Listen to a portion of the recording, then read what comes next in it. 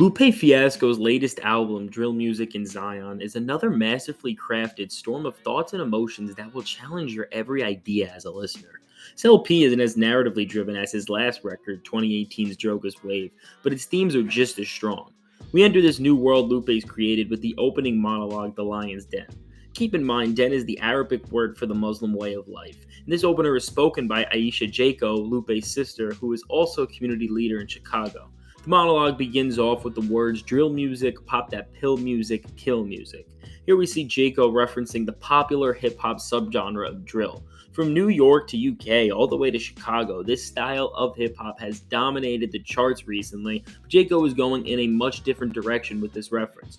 Jaco goes on to talk about how pop that pill music and kill music has created a persona that is presented and it's hurt communities like her own, and she does not hold back here talking about the brutality, the pain, and the suffering it really does cause. She talks about stolen youth, death, and how real-life violence this style of music portrays endangers anyone caught staring down the barrel of the gun. Within this powerful intro, there are religious undertones to everything being said. The line that will define how lions in Zion become alley cats best explains this. Lions represent strength, courage, justice, and power, and the name Zion refers to a significant city, mainly a utopian society that is referred to in all the Christian, Jewish, and Muslim religions. This change from lions and Zions to alley cats goes to showcase the concept that everyone should be in power and control of their destiny, while in reality we actually end up becoming small, powerless, and trapped within a corner. Not just are we understanding the way of life that is trying to be lived out, we're also entering the lion's den, showing the hostility of this environment, the issues, which only adds further meaning to the name of this intro track. The song Gotti gets its name from a joke about the English language's phonetic inconsistencies.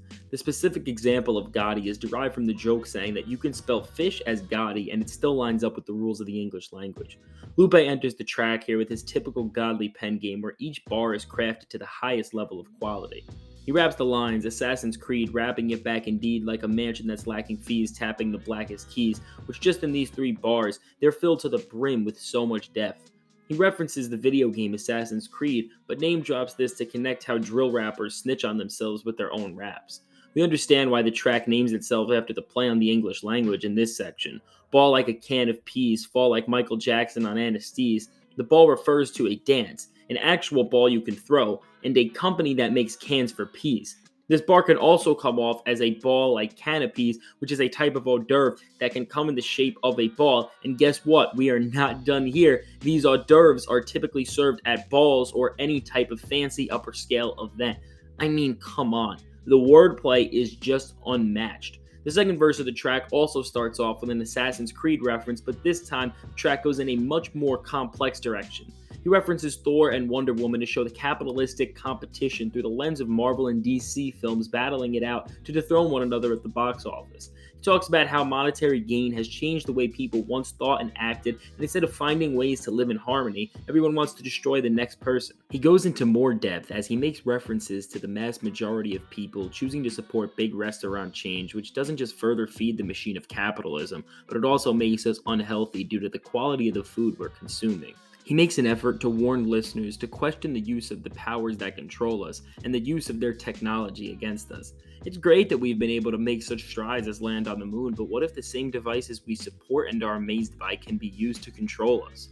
Between the technical lyricism, which is perfect, the message of the track posing such strong themes, and the song holding up musically with its gloomy production, this is the perfect entrance to the mind state Lupe is in throughout this entire project. The pace of this album quickly changes on the track Autobotto, which infuses a lot of trap elements into Lupe's usual style.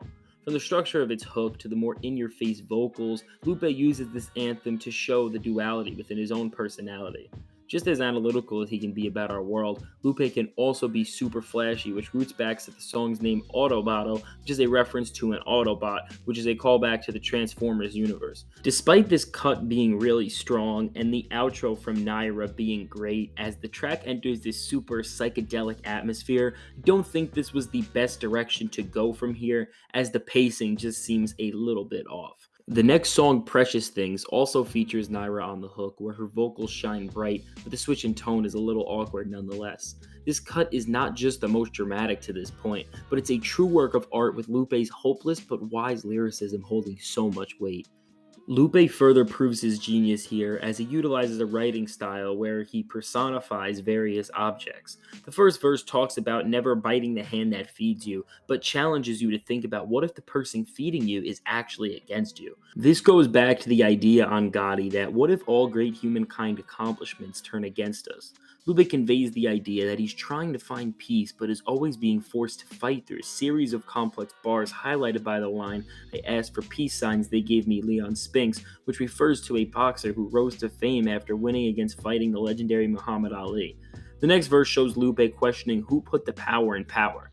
He poses this through the lens of who put arms in arms, and he has this extensive examination through all references about arms and hands, and this verse connects to the final in the song where we see the legendary Chicago rapper connect the concepts of hands and power with putting your hands up and being in handcuffs. The progression to this point is so natural, and it all comes off so powerfully with Lupe's godlike pen game. None of these verses are even that extensive, but the quality of every single line Lupe embeds into this song, and this project for that matter, is just mind-boggling. At the halfway point of the record, Kiosk is another distinct change in tone as over a mellow piano-fused instrumental, Lupe raps in a distorted voice as he talks from the perspective of a jewelry salesman in a mall. He baits the listener into thinking they need jewelry. The song goes on to paint hip-hop's obsession with material items, especially jewelry, and to a further extent to showcase the problems with capitalism. The way somebody's false words can deceive somebody can sway them to give a large sum of money towards something that they really may never want. The persuasive sales pitch gives us a glimpse of why so many rappers go broke. After Lupe is done rapping from the perspective of the seller, he steps back in his own shoes as he adds his own insight to the matter. Lupe makes the point to us that people have the power of the purse, and then he goes into ideas centered around hypocrisy. The verse is so important to the track as it brings everything full circle. Lupe isn't just giving us a story for our own thrill or our own enjoyment. He's adding much needed context that will challenge anyone to think about what they spend their money on the next time they're online.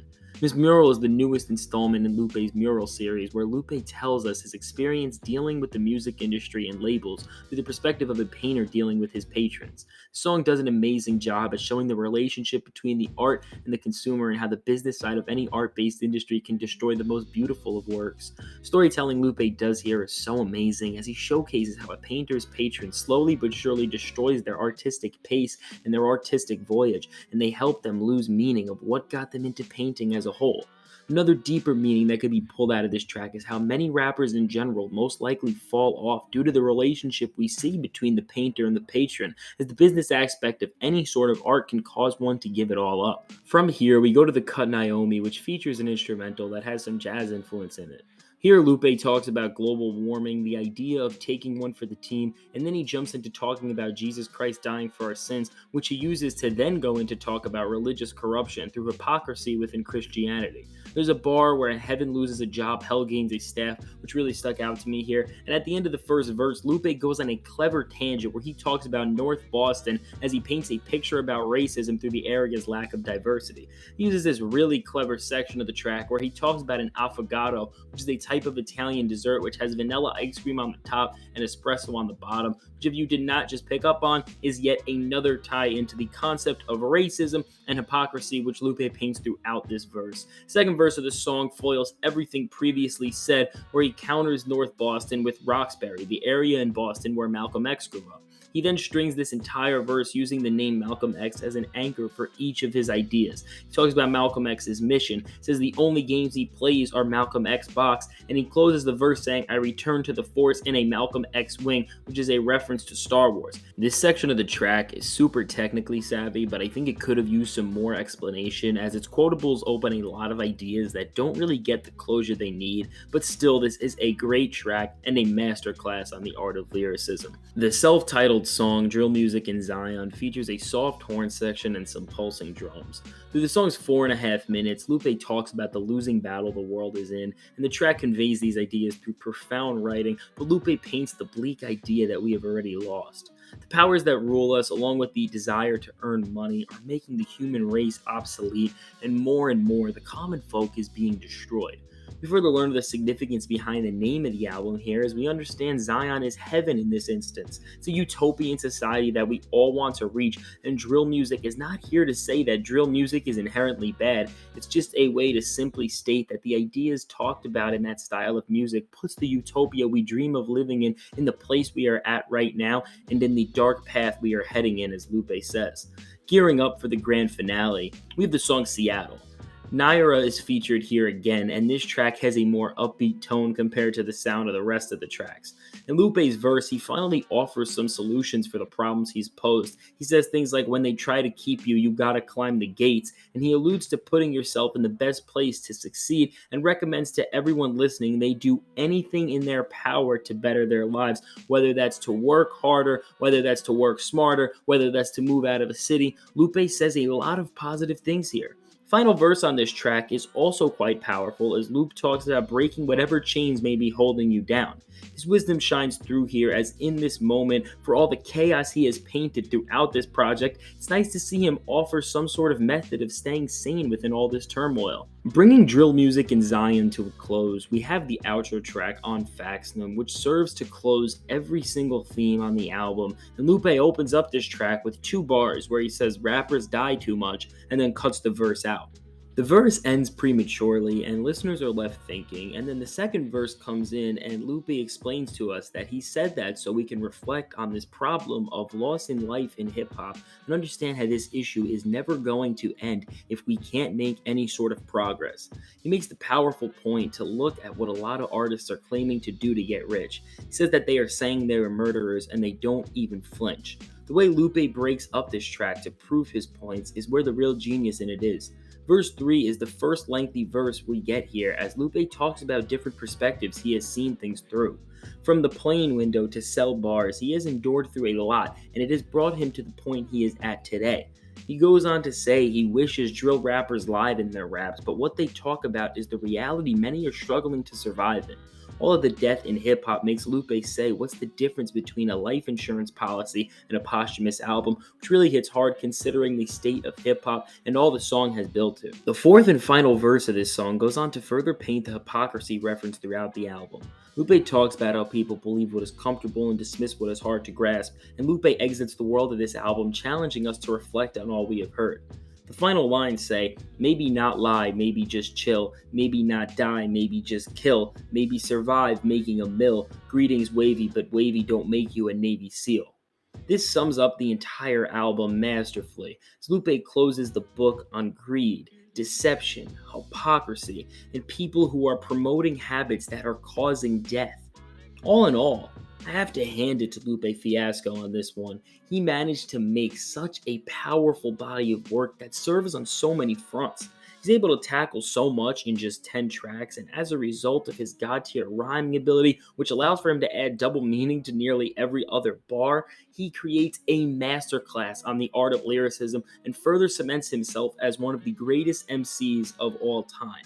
Commend Lupe for posing together such a powerful statement regarding violence, hypocrisy, greed, and other factors that are harming the world we live in, and I think this is without a doubt one of the better projects of the year and one of the best records in his catalog. Before I give my score on this great body of work, I'm going to rank the track list, which goes as follows. At number 10, we got The Lion's Den. At 9, we got Autobotto. At 8, we got Precious Things. At 7, we got Naomi. At 6, we got Kiosk. At 5, we got Gotti. At 4, we got Miss Mural. At 3, we got Drill Music in Zion. At 2, we got Seattle. And at 1, we got On Faxum. For all the reasons we have talked about, I am going to give Drill Music in Zion an 8.1 out of 10. The only reason I'm not rating this higher is that I think Lupe could have fleshed out the core of these ideas a little better in a longer track list, but this is still an amazing project. Thank you all for watching. Be sure to let me know your thoughts on this album in the comments below. Be sure to leave a like and subscribe to the channel. It helps us out a ton. Mr. Fantastic Hip Hop, signing out. Have a great day.